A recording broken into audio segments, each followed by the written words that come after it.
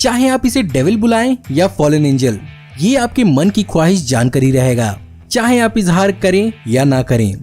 इसी तरह से पिछले 4 सीजन से लूसीफर टीवी सीरीज में लूसीफर हम सब का फेवरेट बन चुका है और आप सबके कमेंट्स पढ़कर ही हमें पता चलता है कि आप लोग इस सीरीज के कितने बड़े फैन हैं। थैंक यू आप सभी का इस टॉपिक को हमें सजेस्ट करने के लिए, जहां पर आप सबकी ख्वाहिश थी कि हम लूसीफर के फैक्ट्स के बारे में चर्चा करें। वैसे भी लूसीफर का सीजन 5 इस साल के 21 अगस्त को रिलीज किया जा रहा है, तो चलिए इस सीजन के मजे को और दुगना करने के लिए जानते हैं लूसीफर से जुड़े हुए 15 अमेजिंग, माइंड ब्लोइंग और ऑसम फैक्ट्स, वो भी भारी भरकम स्पॉयलर्स के साथ, जहां पर आपको पता चलेगा कि आखिर लूसीफर का क्लब लक्स रियल लाइफ में कहां पर है। जानेंगे लूसीफर की कार के बारे में और तो और लूसीफर के टीवी शो और कॉमिक बुक में कितना डिफरेंस है, ओरिजिनल ये शो असल में किस तरह का शो होने वाला था, और जानेंगे शो के शुरू होने पर रिलीजन वाइज इस शो को कौन कौन सी प्रॉब्लम झेलनी पड़ी। ये और बहुत कुछ आपका इस वीडियो में इंतजार कर रहे हैं, तो देर किस बात की। हे गाइस, मेरा नाम है पंकज सागर और आपका स्वागत है गेमों को हिंदी के एक और फ्रेश वीडियो में। Now without wasting any more time, let's get started. Lucifer series based है इसी नाम के डीसी के कैरेक्टर के ऊपर, जो हमें पहली बार 1989 के सैंडमैन के वॉल्यूम 2 के इशू नंबर 4 में दिखा था। इस कैरेक्टर को क्रिएट किया था राइटर नील गाइमैन, आर्टिस्ट सैम कीथ और माइक डिंगनबर्ग ने। बाद में सन 2000 में इसका अपना 75 इशू का रन भी आया, जहां पर इसके अर्थ पर एडवेंचर दिखाए गए और उसी पर ये टीवी सीरीज बहुत ही लूजली बेस्ड है। अगर आप इस कैरेक्टर की कॉमिक बुक और शो में ओरिजिन और इसके पावर्स के बारे में डिटेल से समझना चाहते हैं, तो मैंने इस पर एक डेडिकेटेड वीडियो बनाई है, जिसका लिंक आपको आई बटन पर मिल जाएगा। लूसीफर को कॉमिक बुक्स के अंदर दिखाने के लिए ब्रिटिश सिंगर डेविड बोवी को मॉडल किया गया था। बेसिकली नील गाइमन डेविड बोवी की म्यूजिक के बहुत बड़े फैन थे। वहीं पर लूसीफर को प्ले करने वाले वेलिश एक्टर टॉम एलिस इस कैरेक्टर की पोएटिक स्पिरिट को देखकर वो इसे आयरिश पोएट ऑस्कर वाइल्ड से मैच करते हैं, पर फिर भी डेविड बोवी का हिंट बरकरार रखने के लिए सीरीज में कई बार डेविड बोवी के गानों को बैकग्राउंड में यूज किया गया है। इसके अलावा टॉम एलिस भी इस कैरेक्टर को प्ले करने से पहले कई सारे डेविड बोवी के गाने सुन चुके हैं, और यही राज है उनकी सीरीज के अंदर लूसीफर के मस्ती भरे अंदाज का। लूसीफर को टीवी सीरीज के अंदर पहले एक अमेरिकन कैरेक्टर की तरह दिखाना था, जहां पर इंग्लिश में उसके एक्सेंट यानी बोलने का ढंग अमेरिकन होता।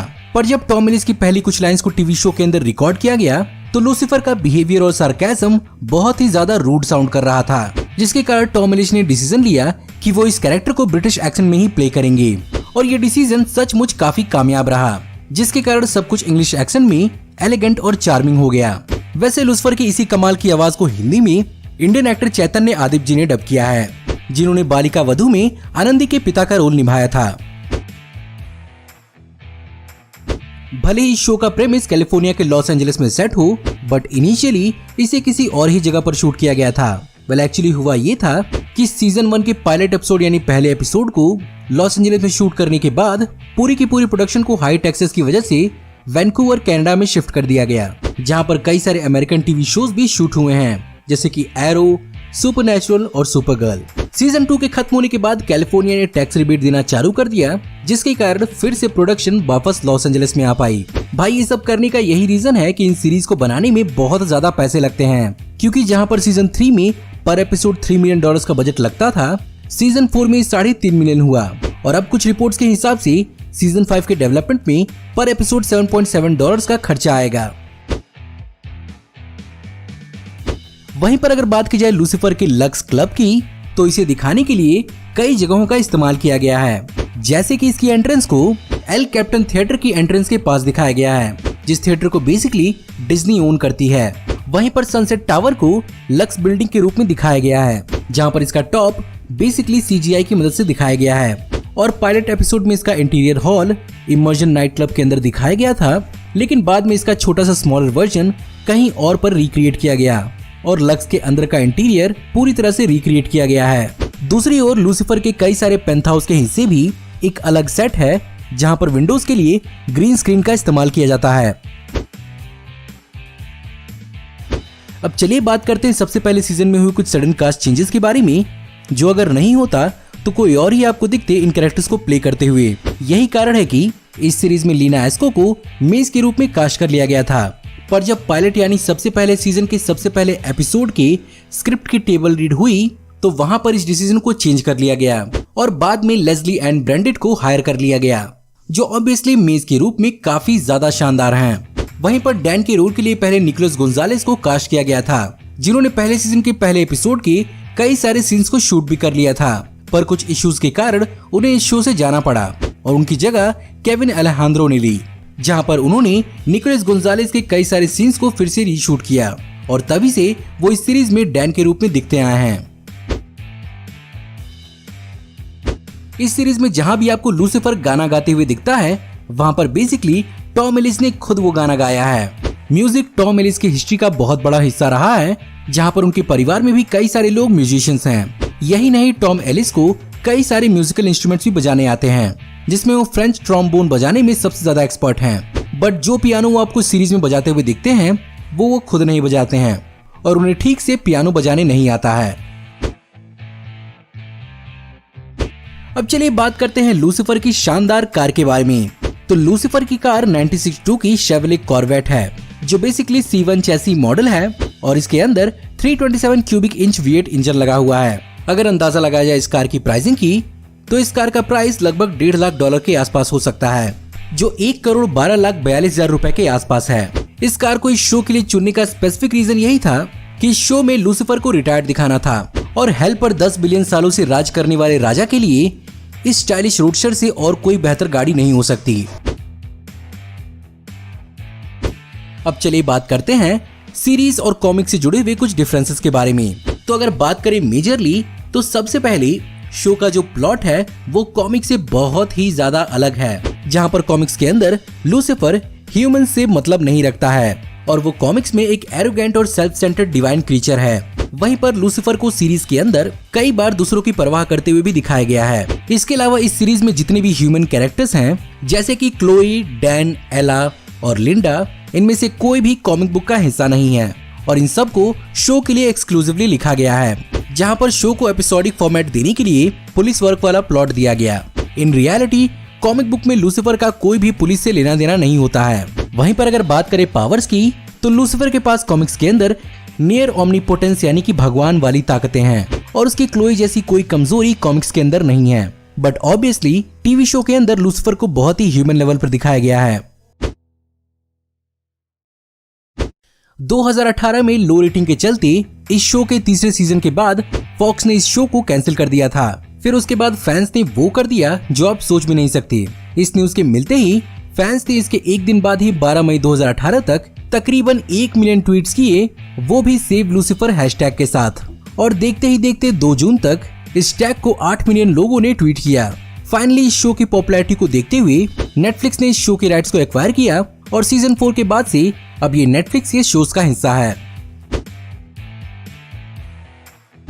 अब चलिए बात करते हैं इस शो से जुड़े हुए ऑसम CGI और स्पेशल इफेक्ट्स के बारे में। तो अगर बात करें सबसे पहले लूसीफर के पंखों की, तो इस शो में एंजल्स के पंखों को बनाना सबसे ज्यादा मुश्किल था, जहां पर विंग्स के अंदर 3 तरह के अलग अलग पंखों को अलग अलग लेवल्स पर दिखाया गया है, जहां पर इन सब को इंडिविजुअली मॉडल किया गया था। यही कारण है कि शो के अंदर ये इफेक्ट दिखाने के लिए पैसे बहुत ज्यादा खर्च होते थे। यही कारण है कि शो में एक बार अमेनिडील को अपने पंखों को खोना पड़ा था। वहीं पर अगर बात की जाए फाइट सीक्वेंसेस की, तो शायद आपको जानकर हैरानी होगी कि इन सीक्वेंसेस के लिए किसी भी स्टंट डबल्स का इस्तेमाल नहीं किया गया है और मेजरली सारे के सारे एक्टर्स अपने फाइट सीक्वेंस खुद करते हैं। वहीं पर अगर बात की जाए लूसीफर के डिमोनिक लुक की, तो सीजन 1 के पायलट एपिसोड में लूसीफर के इस लुक को मेकअप की मदद से दिखाया गया था, लेकिन बाद में इसे CGI की मदद से दिखाया जाता है, जहां पर टॉम एलिस के चेहरों पर लगे डॉट्स को मार्क करके उन्हें ट्रैक किया जाता है और इसी से लूसीफर की फेशियल एक्सप्रेशंस एनिमेट की जाती है। इस शो का मेन आइकॉनिक थीम तो आपको याद ही होगा, जो हर एपिसोड के शुरू होने से पहले सुनाई देता है। वेल, इस गाने का नाम है being evil has a price और इसे परफॉर्म किया है हेवी यंग हीरन्स ने। यहाँ पर इस गाने को लेकर थोड़ा पंगा हो गया, जहाँ पर इस सॉन्ग के कंपोजर्स रॉबर्ट और एरन मेड्रोजियन ने वार्नर ब्रोस पर दावा ठोक दिया, जहां पर उन्होंने ये क्लेम किया कि लाइसेंसिंग एग्रीमेंट के हिसाब से उनके गानों को प्रॉपर क्रेडिट नहीं दिया गया है। सबसे मजे की बात यह है कि टाइटल में इस गाने का सिर्फ और सिर्फ 6 सेकंड ही इस्तेमाल किया गया है।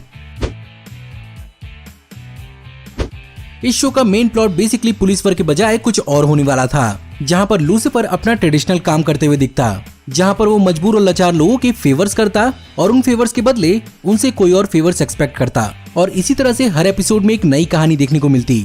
लेकिन जब पायलट एपिसोड को प्रीमियर किया गया तो पुलिस वर्क वाले एंगल को ही फाइनल किया गया और शो का पूरा प्लॉट ही पूरी तरह से बदल दिया गया। जैसा कि हम सब जानते हैं कि क्रिश्चियनिटी के अंदर लूसीफर बुराई का प्रतीक है और धार्मिक लोगों को लूसीफर से बहुत आपत्ति होती है। पर शायद आपको जानकर हैरानी हो कि टॉम एलिस एक धार्मिक परिवार में पैदा हुए थे, जहां पर उनके पिता, उनके अंकल और उनकी बहन चर्च में पास्टर्स हैं। बट सरप्राइजिंगली जब उन्होंने अपने इस रोल के बारे में अपने फैमिली मेंबर्स को बताया तो उनकी फैमिली इस रोल को लेकर काफी ज्यादा एक्साइटेड हुई और उन्होंने टॉम एलिस को अपना पूरा सपोर्ट दिखाया। अब जैसा कि मैंने आपको बताया कि धार्मिक लोग लूसीफर को पसंद नहीं करते हैं, इस शो के बनने से पहले बहुत बड़ा लफड़ा हुआ था, जहां पर गॉड पर बिलीव करने वाले अमेरिकन फैमिली एसोसिएशन के मेंबर्स ने इस शो को कैंसिल करवाने के लिए तकरीबन 1 मिलियन ऑनलाइन पेटिशंस करवाई, जिसमें यही कहा गया था कि ये शो लूसीफर को हीरो की तरह दिखाएगा और ये शो बेसिकली उसके चरित्र को परिवर्तन करने की कोशिश है। बाद में लूसीफर के क्रिएटर नील गाइमन ने भी अपना फुल सपोर्ट इस शो को दिखाया। वहीं पर कॉमिक बुक के कुछ फैंस ऐसे भी थे जिन्होंने इस सीरीज को पूरा सपोर्ट दिखाया और जगह जगह होर्डिंग्स और पोस्टर्स पे ग्राफिटी की मदद से लूसीफर को प्रमोट किया। तो लीजिए गाइस, ये थे लूसीफर सीरीज से जुड़े हुए माइंड ब्लोइंग और ऑसम फैक्ट्स। मुझे उम्मीद है कि आपको ये वीडियो पसंद जरूर आई होगी और अगर आपको ये वीडियो पसंद आई हो तो इस वीडियो को लाइक जरूर करिएगा। मुझे कमेंट में जरूर बताइएगा कि आपको इस देश का कौन सा फैक्ट सबसे ज्यादा पसंद आया। मुझे लूसीफर के लक्स क्लब, उसकी कार और शो और कॉमिक्स के बीच के डिफरेंसेस को जानकर बहुत हैरानी हुई। अगर आपको इस सीरीज से जुड़े हुए इन फैक्ट्स के अलावा भी कोई और फैक्ट मालूम है तो हमें कमेंट में जरूर बताइएगा। साथ ही साथ हमारी ऐसी आने वाली ऑसम वीडियोस को देखते रहने के लिए हमारे चैनल को सब्सक्राइब करिए, बेल वाले आइकन को दबाइए और हमारी वीडियोस को बिना मिस किए एंजॉय करते रहिए। इसके अलावा अगर आप चाहें तो इस वीडियो की लिंक को अपने दोस्तों और ग्रुप्स के बीच में जितना हो सके उतना शेयर करें। Thanks for watching, see you in next video, till then take care, good bye.